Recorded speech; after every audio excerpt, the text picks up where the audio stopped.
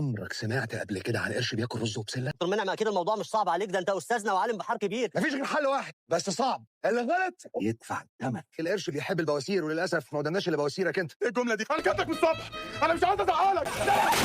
لو انت مستني عرض مسلسل اشغال شقه الجزء الثالث، خليني اقول لك ان الخطه اتغيرت بالكامل. الجزء الجديد من المسلسل عملاق الكوميديا اشغال شقه مش مجرد تكمله، بيتم التحضير له بافكار وقصص جديده تماما. رمضان أهلا مرحبا رمضان. خليني اقول لك دلوقتي ان الفنان هشام ماجد ناوي يقدم مسلسل اشغال شقه الجزء الثالث في رمضان 2026، لكنه تم اتخاذ قرار بتاجيل عرضه لسنه كمان. وخليني اقول لك ان مسلسل اشغال شقه الجزء الثالث دلوقتي داخل مرحله التحضير من خلال تجميع افكار جديده وكتابه السيناريو الكوي ده. وكمان الكلام اللي بيتقال ان الموسم الثالث هيكون موسم مختلف بقصص واحداث جديد. وخليك معايا عشان لسه هتسمع تفاصيل جديده عن المسلسل. خليني اقول لك ان اكتر حاجات فرحت الجمهور ان فريق العمل الاساسي مستمر معانا في الجزء الثالث. يعني مثلا توقع عوده هشام جمال واسماء جلال ومصطفى غريب، كمان هيستمر مع نفس المؤلف ونفس المخرج، ودي نقطه مهمه جدا لان الحفاظ على نفس فريق النجاح غالبا بيحافظ على نفس روح العمل اللي حباه الجمهور. اما بالنسبه لاحداث الجزء الثالث ركز معايا كويس جدا لان الكلام ده هيفرحك جدا. خلي تاكد ان الجزء الثالث هيقدم قصص جديده بالكامل من خلال حلقات، وكمان في توقعات بوجود تغييرات كتيره واسرع في الاحداث مقارنه بالموسم السابق. وزي ما قلت لك وركز معايا كويس جدا ان الفريق شغال على تقديم موسم مختلف بقصص وحلقات جديده، فيما معناه ان الكوميديا اللي كانت معانا في الجزء الاول والثاني هتكون موجوده مع تطوير احداث بدل من تكرار.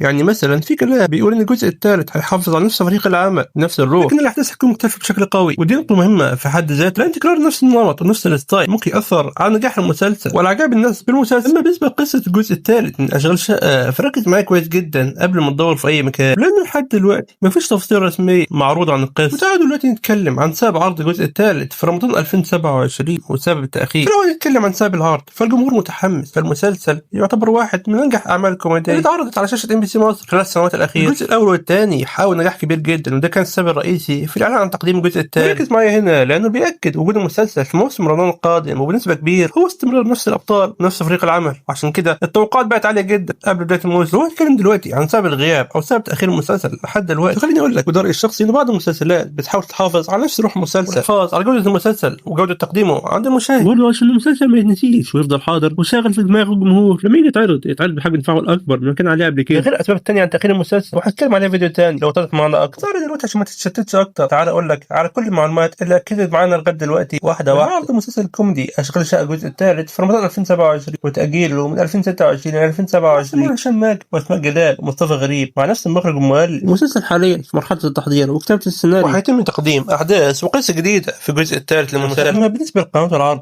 فهتعرض مسلسل اشغال شقه الجزء الثالث على شاشه قناه MBC مصر خلال موسم رمضان 2027. ودلوقتي السؤال ليك، هل شايفين ان تاجيل المسلسل لسنه كامله هيكون في صالحه ويخليه افضل، ولا كان المفروض يكون في رمضان 2026؟ وليه رايك في التعليقات؟ ودلوقتي ما تنساش لايك المتين وتشترك معنا في القناه وتنضم لجمهور القناه، ونتقابل في فيديو جديد.